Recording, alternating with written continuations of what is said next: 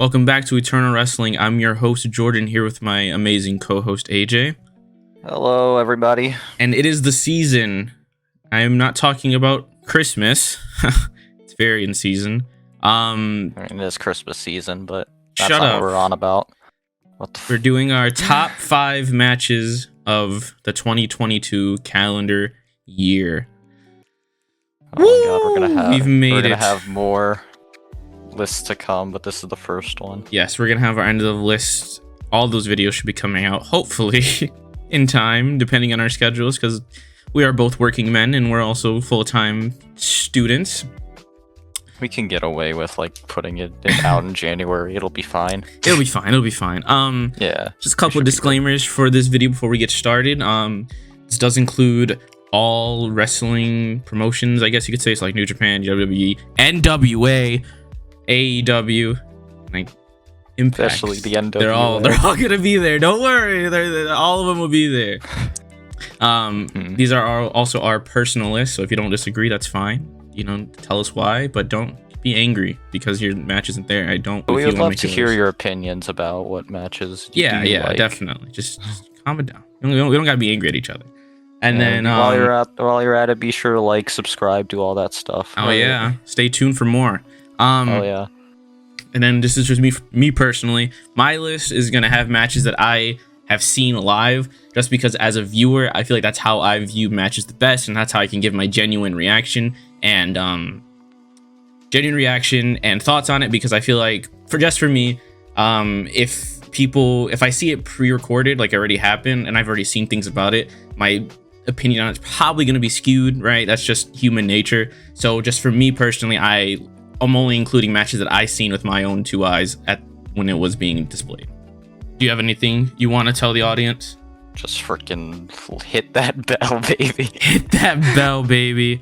Before I already said this, but before we do get into the top 5, we do have some honorable mentions because there were a lot of good matches this year, of course, and still want to shine some light on the ones that didn't make the list but are still just as good or close to it as they can. There's been a lot of good wrestling this year. A lot of good wrestling. A good year to be a wrestling fan, I would say.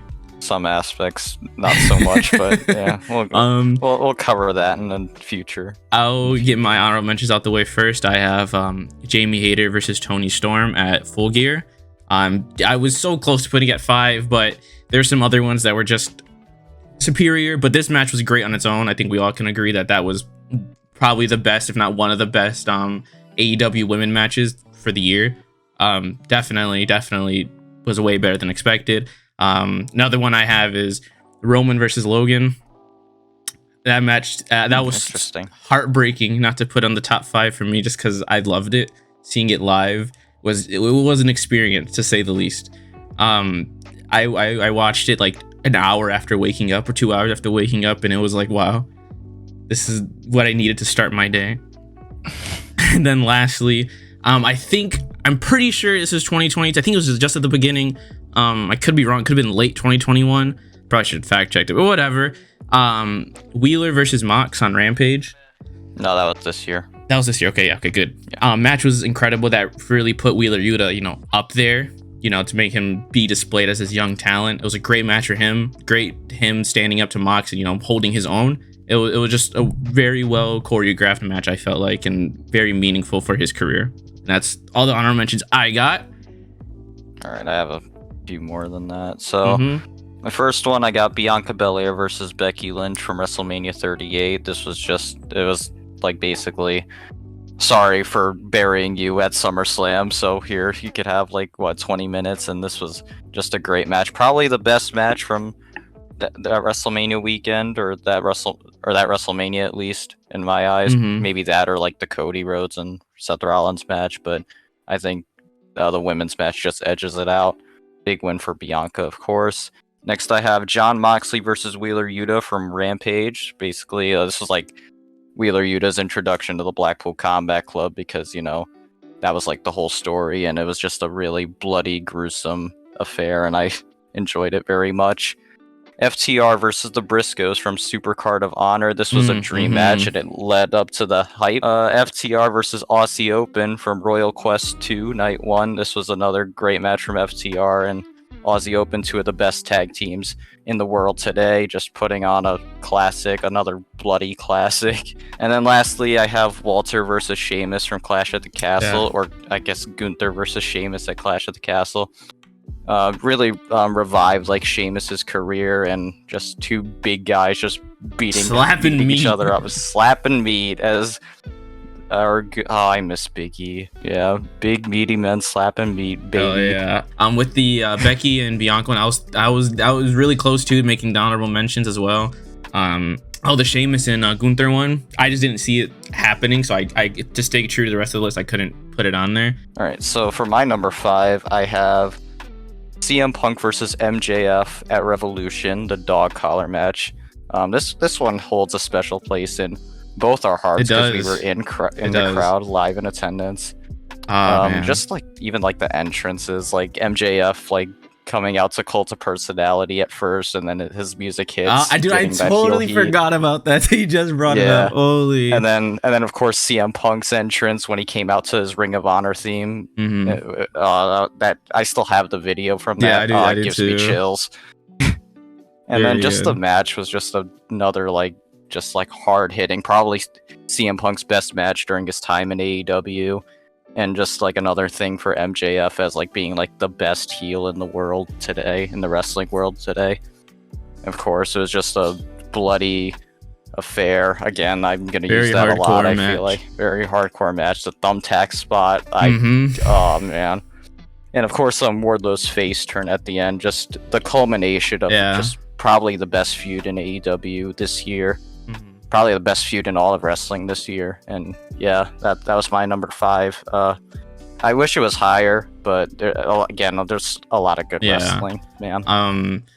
For my list, keep in mind, mine's probably more emotional, I would say, just because I believe in the eye test a lot and what I feel in the moment. So just keep that in mind for my list. Mine's not going to be as analytical and all that, just because the separation. At my 5, I have The Elite versus Dark Order and Hangman Adam Page. Oh, that match was so good. The match was phenomenal. Seeing the Dark Order again, having an important match after, I don't want to say being irrelevant, but being towards the bottom tier of factions, I guess you could say, within the company. For them to have a great match with Adam Page and the Elite with that story, with Kenny coming back and all that, it really was, I feel like, delivered on all expectations, if not went above that. Because we all knew it was going to be a banger, but for as good as it was, and the emotion in that match was crazy. The spots were insane. The John, what's his name? John Silver, the little guy. Yeah, John Silver. it was great. Very high energy. I think it just delivered on all expectations, and that's why it's at my number 5 spot. It could be higher. Like I'm pretty sure it probably should be higher, but I have other ones that made me a little more happier. But that match, just from a wrestling spot, story spot, all of that, it just came together right there. Also, like the parallels to that match from like Full Gear of last year with Hangman and Kenny. That's another positive. There were so many angles and so many ways you could look at it. It really was art, you know what I mean? Like, to just, you see what you see. You know, it depends on the person on what you take away from it. But it was very good. So, all right. So for my number 4. I know this was in your honorable mentions, but for me, it was Jamie Hayter versus Toni Storm for the women's title at Full Gear. This was a match that, like, I knew it was going to be good, but, like, it just exceeded my expectations. Definitely did. And we all, if we watch our predictions video, we all wanted Jamie Hayter to win, but we didn't think she was going. But to see her actually win the title and then become an official women's champion instead of that interim bullshit that we all know and love from TK. It was just so good. It was probably my favorite match from Full Gear.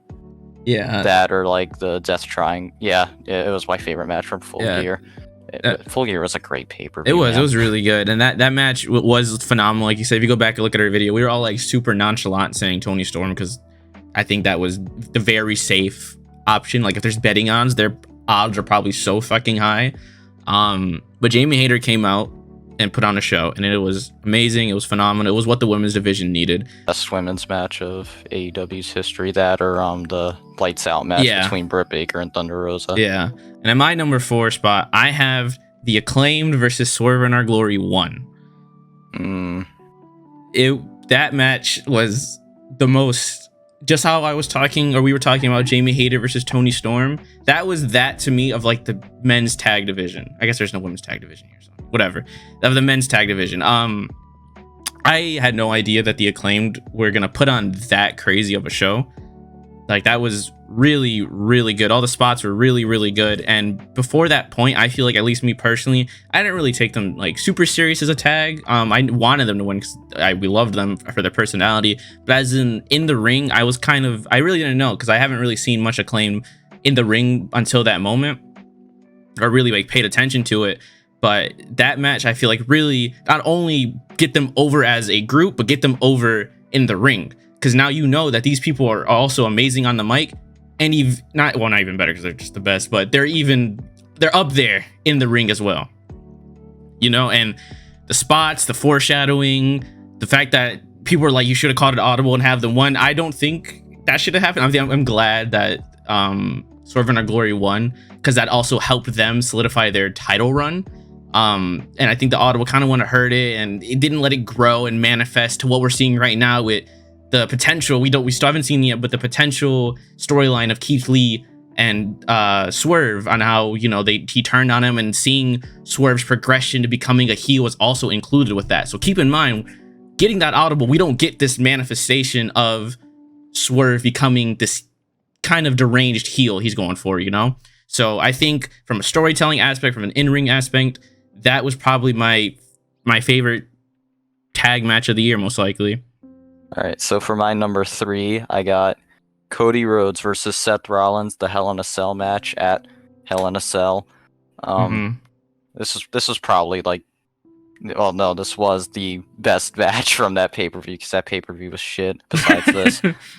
But admittedly, the first time I watched it, I wasn't really like paying attention. I knew the story going in, that like Cody had like a torn pec, and then like it was a whole thing or whatever. But like I rewatched it again, yeah, that's incredible. Like, with that injury, it was just, it's surreal, really. Yeah, it really is like super honorable and shit. Yeah, and like, just, I don't think it would be as good if he didn't get injured. Just like it just played into the story very well. And Seth Rollins, of course, like being a huge troll coming out in Dusty Rhodes gear when he was in WWE, and like working the injured pectoral, and it was just a great match, and another brutal match because of the injury. Again, played into the story well, and that was my number 3, man. And at my number 3, I have what made Jake Hager 5-star Hager. Anarchy in the Arena was, I forgot about this one, a blast. In the moment, it was hilarious. Looking back on it, it's hilarious. It was bloody. It was gross. We had some dope ass shots of Eddie Kingston walking down the ramp. That was hilarious. The fucking, when Chris Jericho tried to driving the golf cart, he was driving something and like just stopped randomly. The fucking stupid light rail spot, they tried swinging it on somebody, and it just was so slow. It was such a stupid match, but it was so good. Having them just literally go around, and not only the ring, you know, that area, the whole fucking arena, like actually elevators, like it was everywhere, and it was great. It was a mess. There was no structure. It was just beat them up, and it really delivered on what it was trying to go for. Even having wrestlers there that you really wouldn't expect to be in that kind of dirty setting, like Daniel Garcia was a technical guy, Bryan Danielson, who's, you know, super technical guy. Obviously Mox is there because Mox loves blood. But yeah, that we also seen that in theaters too, with like a whole people around us. The atmosphere was just great, and it has a special place in my heart, and that's why it's my number 3. I also like the spot in the beginning where Wild Thing is just playing for like 10 minutes straight. It just won't stop while they're just beating each other's ass. It fit the aesthetic of the match, and it was a great mess. It was phenomenal. So for my number 2, I got Kazuchika Okada versus Will Ospreay in the G1 Climax 32 finals. Oh man, they're 2 of the best wrestlers in the world today, and like, the finals were just so great. Like, I like the story that Will Ospreay is trying to pull everything out the bag to beat Okada, but he still can't beat Okada. And like they put over like the One Winged Angel as like a career killer, which I liked a lot. It puts them over. Just the action in this match is just great. It's just, oh man, just Will Ospreay doing flip-de-doos and Okada just that? Being a beast, yeah. And I got nothing else to say. Just, oh man, what a great way to explain it. Oh man. At my number 2, I have a Will Ospreay match, but not to that one specifically. It's Will Ospreay versus Orange Cassidy at Forbidden Door. Nice. This match was, I feel like even though everyone acknowledges that that's one of the best matches, I feel like it's still kind of undershadowed because it didn't get that 5-star mark, whatever that people care about. It was just great. It was 2 flip-de-doo guys doing flip-de-doo things, but without making one look weaker than the other. Because Will Ospreay is on this pedestal, right, of wrestling.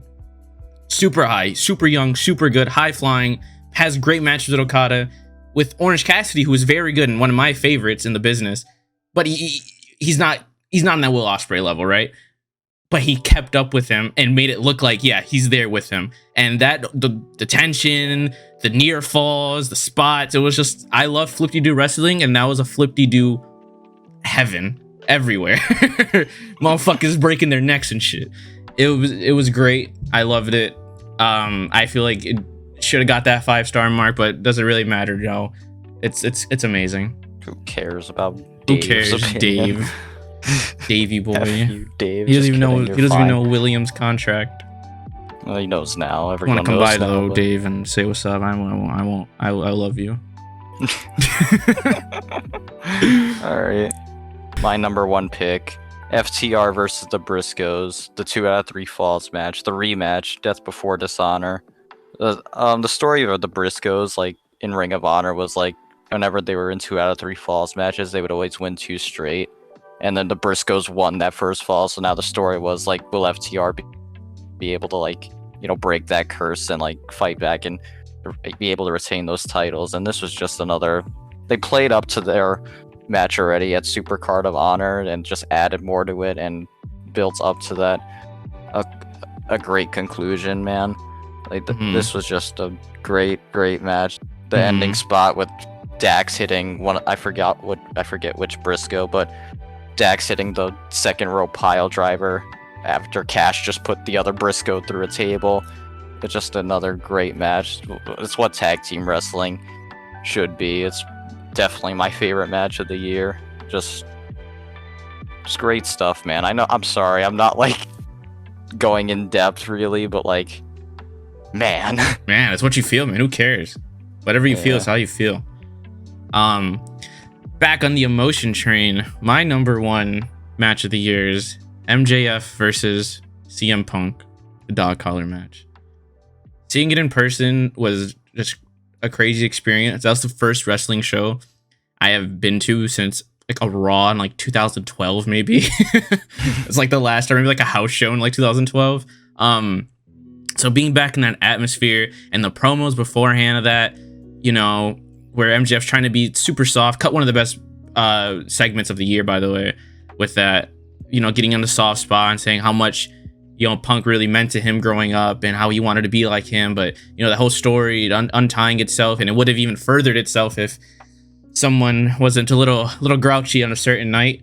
And just watching MJF absolutely turn on him when he came in the ring and started just fucking Punk up was crazy. And then leading to this dog collar, it was just great, masterful. The MJF entrance, like you referenced, was amazing. I totally forgot about that. And then just seeing it all live and unfold with no commentary, just watching 2 men tell a story live with just everything on the table, attached by a dog collar, was just poetry. It was a poetic mess, and I loved it. Yeah, we can both agree that holds a special place in Definitely. Our hearts. It's probably the best match I've seen live. That or the Undertaker Triple H at in the Hell in a Cell match from WrestleMania 28. But I think Punk MJF just edges it out because I was like young. I barely remember it. So yeah, it was great, and I feel like it shouldn't get lost just because of what's going on with Mr. Punkster. Oh man, it was so sad.